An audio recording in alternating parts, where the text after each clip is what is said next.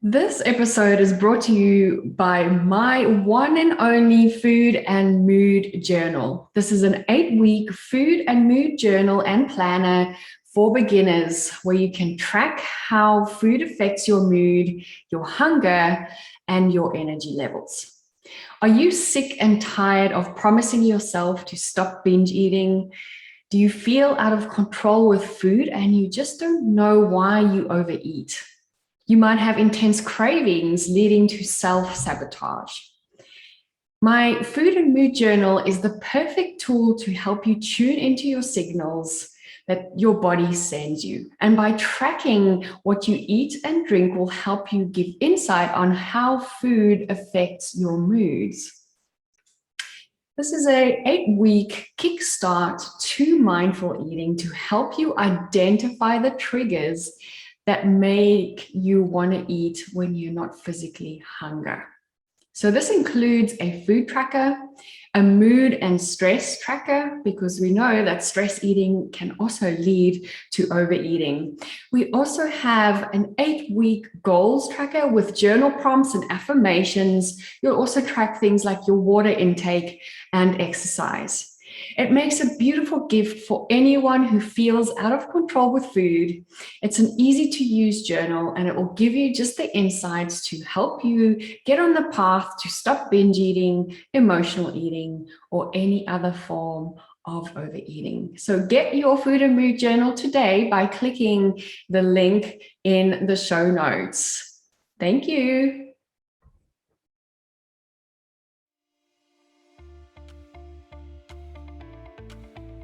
Welcome to Beyond Overeating by Wholesome Lifestyle Project, the Overeating podcast, where I'll be showing up weekly to share with you what I've learned during my binge eating recovery, helpful tools such as yoga, mindfulness, and energy medicine. My name is Stell, and my purpose is to inform and educate so that you can fast track your recovery in healing your relationship with food and finally trust yourself around the peanut butter jar. Join me as I share top tips, my struggles and triumphs to help inspire or just entertain. Remember, there is nothing wrong with you if you can't stop overeating. That's why I'm here to guide you along the way. Welcome back to another episode of the Beyond Overeating podcast. My name is Coombe-Heath, binge and emotional eating recovery specialist and now published author of the Food and Mood Journal. I'm so excited to be able to say that because this is a dream of mine that has taken quite a bit of time, but I'm so glad that I can now say that I'm a published author, because I just wanted to create a tool that can help so many more people. But enough about me. Today, I really wanted to talk about why you are probably still stuck in binge eating recovery and possibly why you feel like you will never get out of this. So recently, I spoke to someone who really wanted to do one of my programs, and she just actually said, Estelle, I just can't see myself following through. I just can't trust myself that I would be able to do it. And I said to her, absolutely. I didn't trust myself either. I think this is probably one of the hardest things we do. But I think one of the first things we need to let go of is the fact that we label ourselves as a binge eater and that we will always be a binge eater. I'd like for you to, number one, scratch that from your assumptions, scratch that from your belief. You are not your behavior. And I'm going to emphasize this. Binge eating is just a reaction to something that's underlyingly bothering you. And it's a behavior. It might be a habit that's taken over your life, but you are not that person. So do not take it on as your persona. So I wanted to talk about 5 ways that you might keep yourself stuck in binge eating and how that can affect you. I'm also going to give you just 3 tips on how to move forward. So number 1, the first thing I would like for you to do is maybe write these things down, because, I think sometimes we get so bogged down with all the information out there. I'd love for you to just get a cup of tea and write these 3 things down, because it's going to come in so handy for you along the way. So the first thing I'd like for you to understand is the number one reason why you are still stuck in binge eating is probably because of some form of restriction, some form of not eating enough. And what I mean with that is you are either forgetting to eat, or you are on restrictive diets all the time to make up for binge eating. Now, 80% of my clients, when we start feeding them properly and once they eat regularly, the binge eating actually stops. Now, I know some of you might be recovering from bulimia or anorexia, and you find that you have this post-recovery binge eating happening. And that's just your body's natural way of actually refeeding itself in case there's danger, because we've starved ourselves for so long, because we've been on so many diets in our life, because we've preoccupied our life so much that we've not paid attention to when we eat, or we've not paid attention to actually eating. Our bodies are going, well, I'm sorry, I don't know when this person's going to feed me again. So when I do get food, I'm actually just going to go into autopilot mode. And I've actually used this analogy quite often recently because I'm from Africa. And, things there's a lot of poverty there. And there's nothing more heartbreaking than seeing someone who hasn't had food in a few days just actually shove food in their mouth without even chewing, and that is basically what happens to us as well when you don't feed yourself properly. So I often call this part of the food zombie brain. If you haven't heard about the food zombies, I really encourage you to go listen to episode 3, where I talk about why you binge in the first place. Episode 5, we go into more details, and episode 11 actually talks about the actual food zombies. So the food zombie here is counting Cassie, the person who wants to restrict the minute she's overeaten, the person who counts her calories on MyFitnessPal as an Excel spreadsheet and Weight Watchers app. Or is that just me? It's that person who is so worried about everything she puts in her mouth in case she binges again, or in case she gains, God forbid, just like, half a kilo of weight. So I'd love for you actually, by the way, to go and do my quiz to find out your food zombie personality. You can do that on www.wholesomelifestyleproject.com. Work with me quiz. You'll find it there, and I'd love for you to go and actually figure out what your food zombie is. The second reason why we stay in this kind of pattern of overeating is the fact that we believe that we need to be on diets all the time. And what happens is the minute you are on diets, the same with restrictive eating, is you are in periods of restriction, your body thinks that there is something wrong with you. You actually create a hormonal imbalance by this calorie deficit that's so in fashion with the diet industry.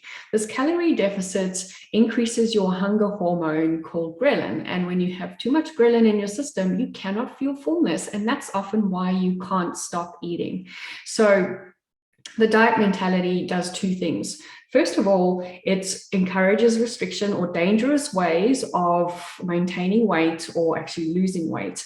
So this can often lead to disordered eating or eating disorders themselves. So dieting is actually the gateway to many, many problems. And I've done a few articles on the dangers of dieting and what that can actually look like, and also how to support someone with disordered eating, which I'll link in the show notes.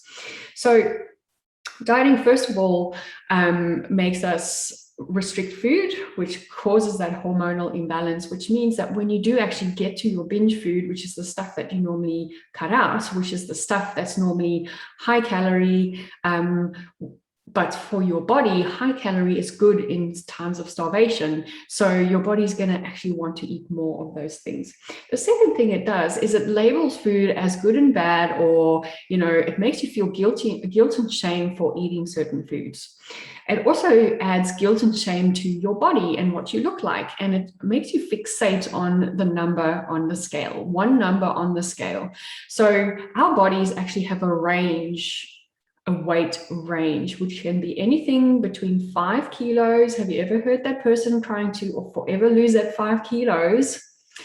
That 5 kilos is just your normal weight range, honey. And some people it's 10 kilos, some people it's 15.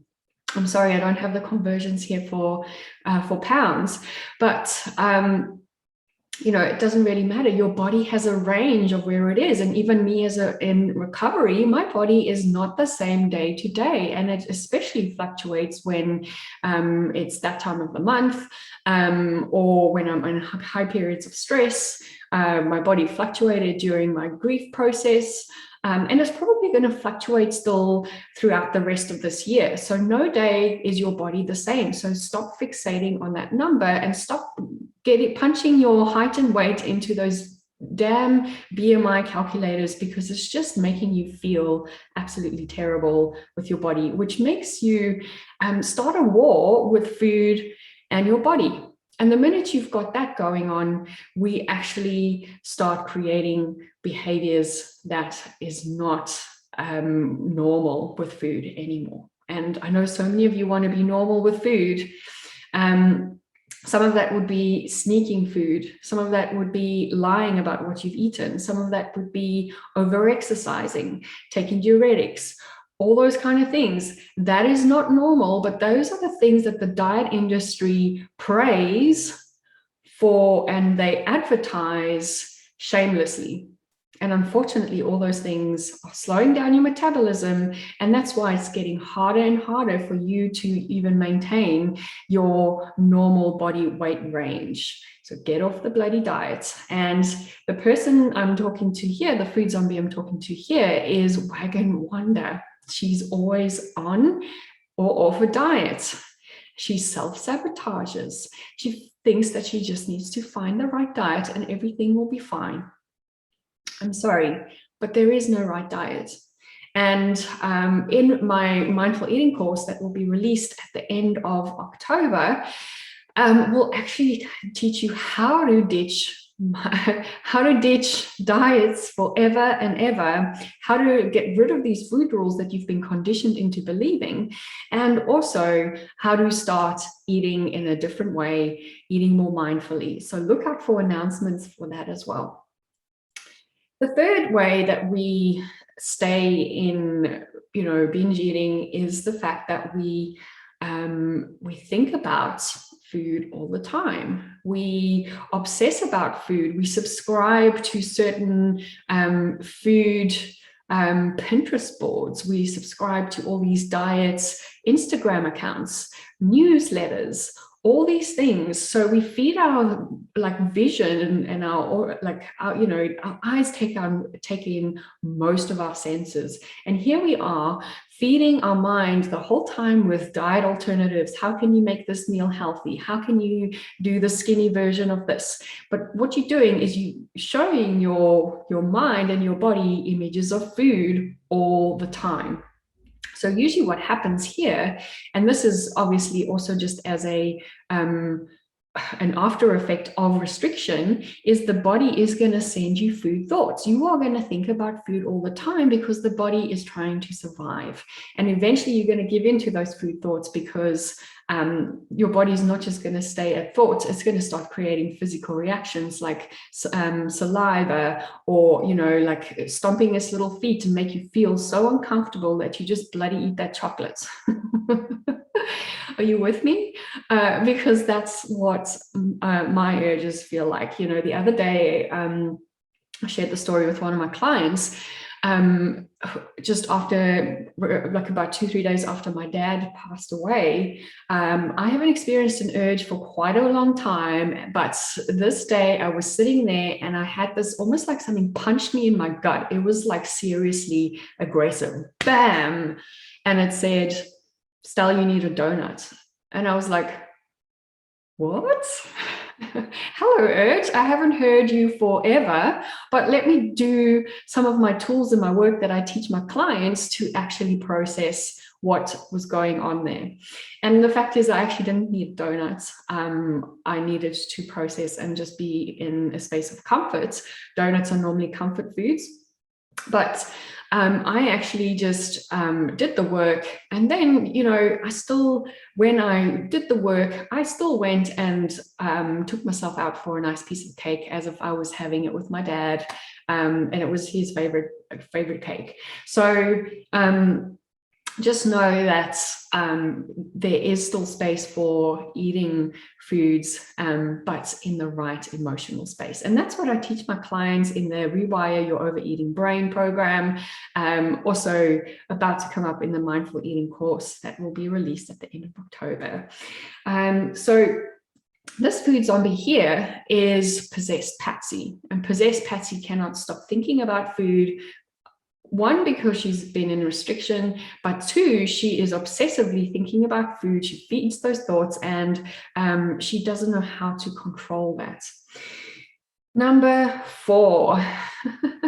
I'm trying to keep these episodes short and sweet, but I just love talking about this stuff, and hopefully you get a lot out of this. Hopefully you've been taking notes vigorously, because this is going to help you so much. Number 4 is the fact that we are in stress mode too long and we don't know how to manage our stress. And I talk about this often as well when I'm on podcasts and just, in general, when I talk with my clients, is the fact that we have been taught how to live economically, but not emotionally. At school, you are taught to survive, you are taught how to be strong, you are taught how to make money and be independent and feed your brain with, so that you can be intelligent and stand up and stand out so that you can achieve your goals and survive, basically from a financial perspective. However, we are never taught how to manage the stresses that go with all those things.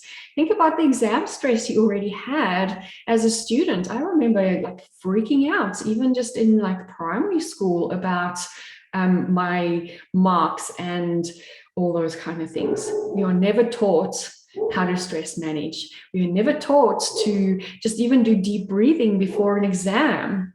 None of that. I still come from an old school back in South Africa, where in the primary school we used to say a prayer before the exam.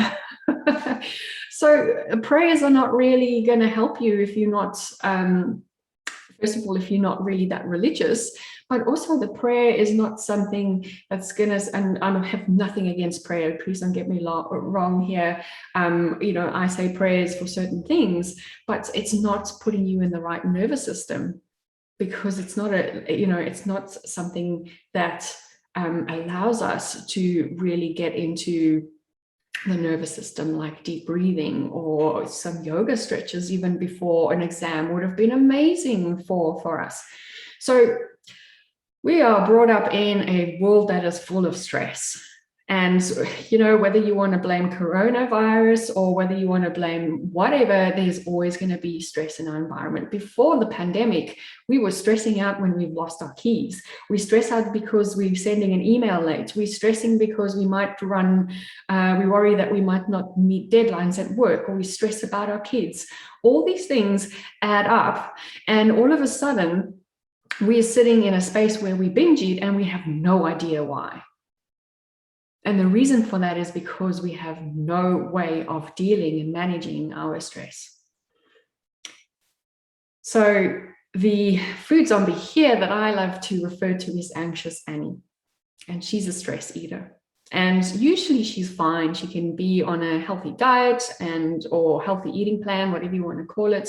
I'm not advocating diets or healthy eating plans here, but she's usually the one that's on a, she can eat healthy, but then she'll tell you the minute she's stressed, everything goes out the window. She adopts the fuck it effect. And then she thinks there's something seriously wrong with her because she binge eats when everything's gone so well. And the last but not least is our some of us who actually eat late at night. So you can give me in the comments wherever you're watching this on, if you're watching on YouTube or if you're listening to this on whatever platform, let me know in the reviews if you are a late night Lizzie.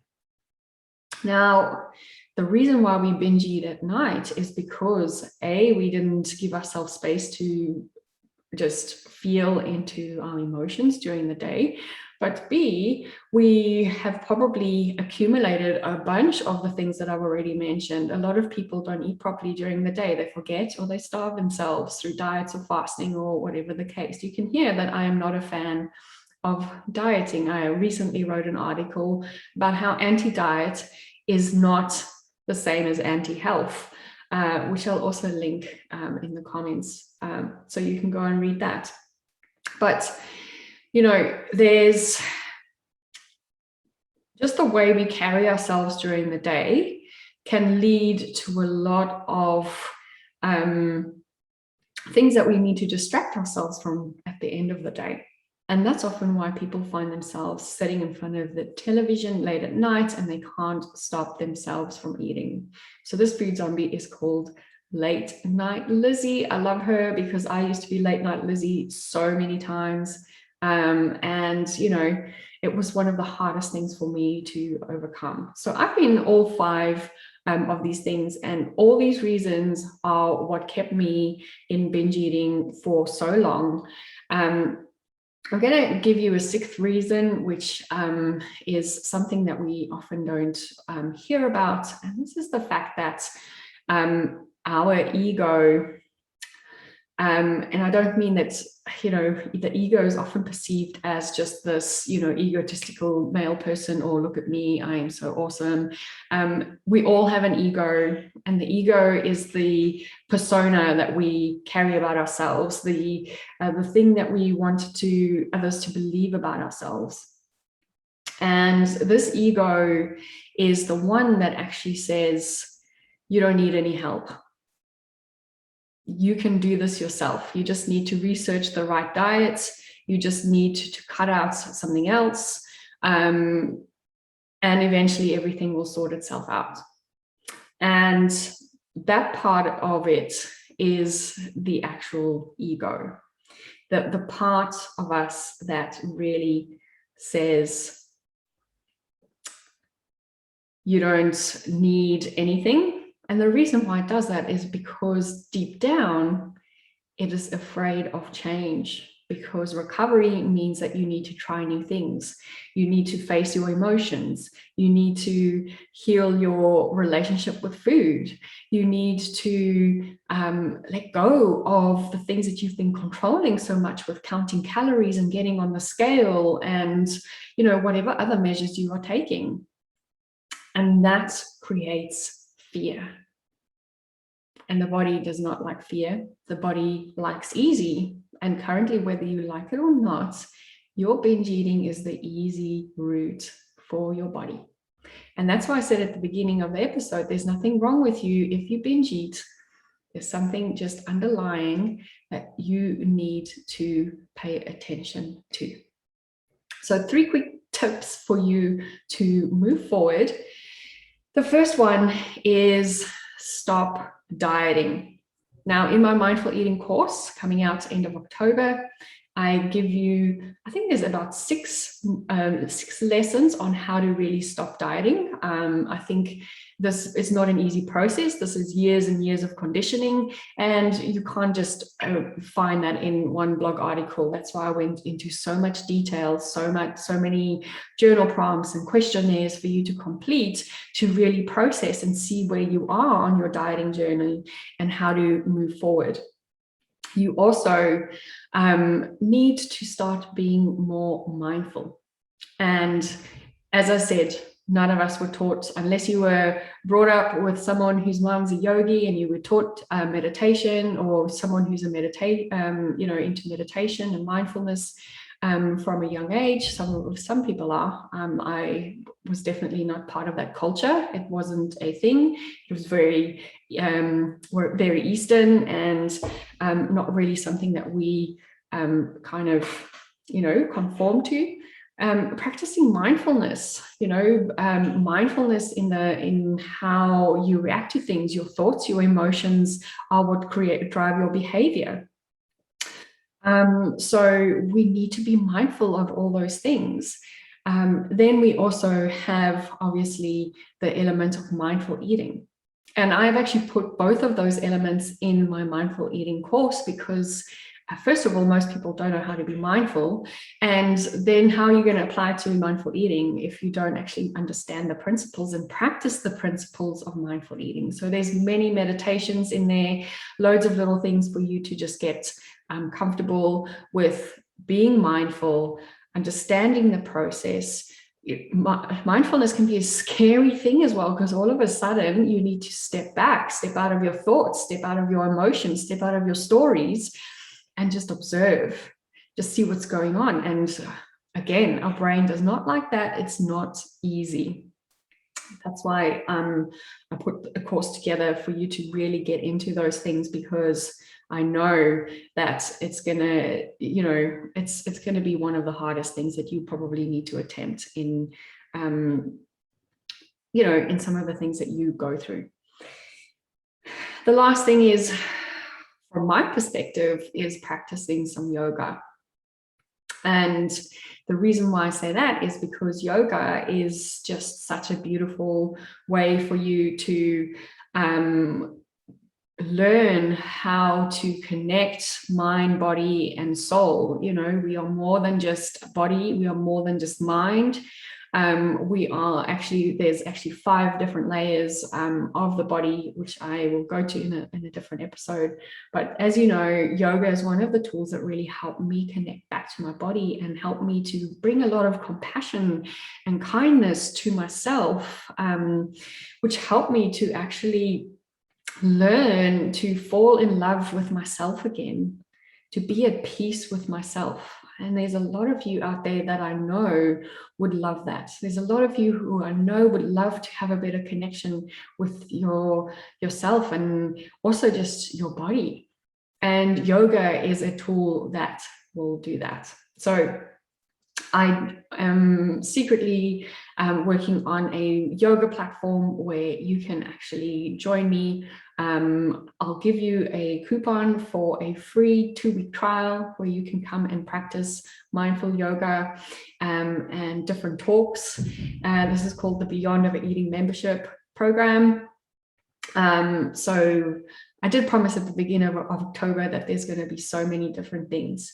But if you are wanting to just wait and before you get started, I would seriously recommend that you get my food and mood journal, which is out on Amazon.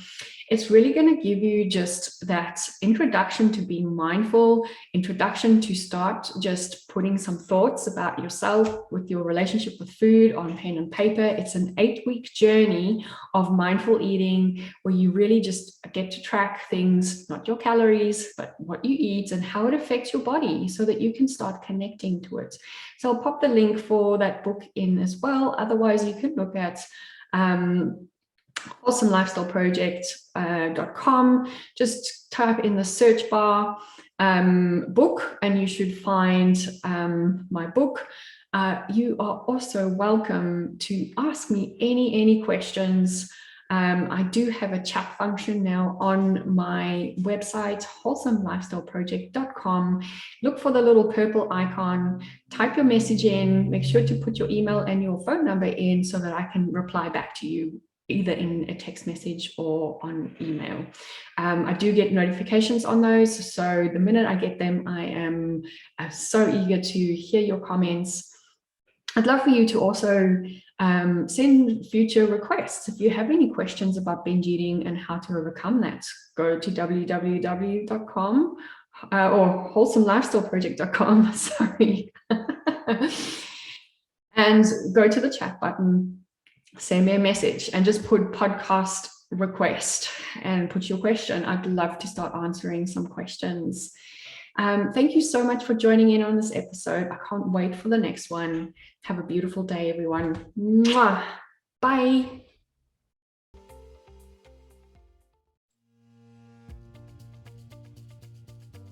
Thank you so much for joining me today, and don't forget to share this with all your friends. You can do this by adding this to your Instagram story and tagging me at Wholesome Lifestyle Project, or by simply telling them about it. If you could rate and review on whatever platform you are listening, this will go a long way in helping me get this podcast out there so that I can share my message and help as many women out there struggling with food issues as I can. Don't forget, you can follow me on Instagram at Wholesome Lifestyle Project or connect with me on LinkedIn. My name's Coombe-Heath, and that's where you'll find me on LinkedIn. I'll talk to you soon. Bye.